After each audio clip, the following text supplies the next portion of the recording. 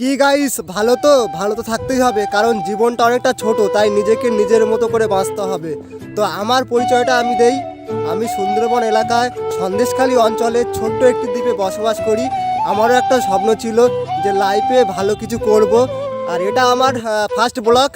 তো আমরা গ্রামের ছেলে, আমাদের কেউ সাপোর্ট করে না। এই যে ভিডিও বানাচ্ছি তাই অনেকে অনেক বাজে কথা বলে, কিন্তু সেটা শুনতে হয়, কেননা আমরা অনেক প্রবলেমের মধ্যে বড় হয়েছি, অনেক প্রবলেম ফেস করেছি, তার মধ্যে দিয়ে ভিডিও বানাচ্ছি।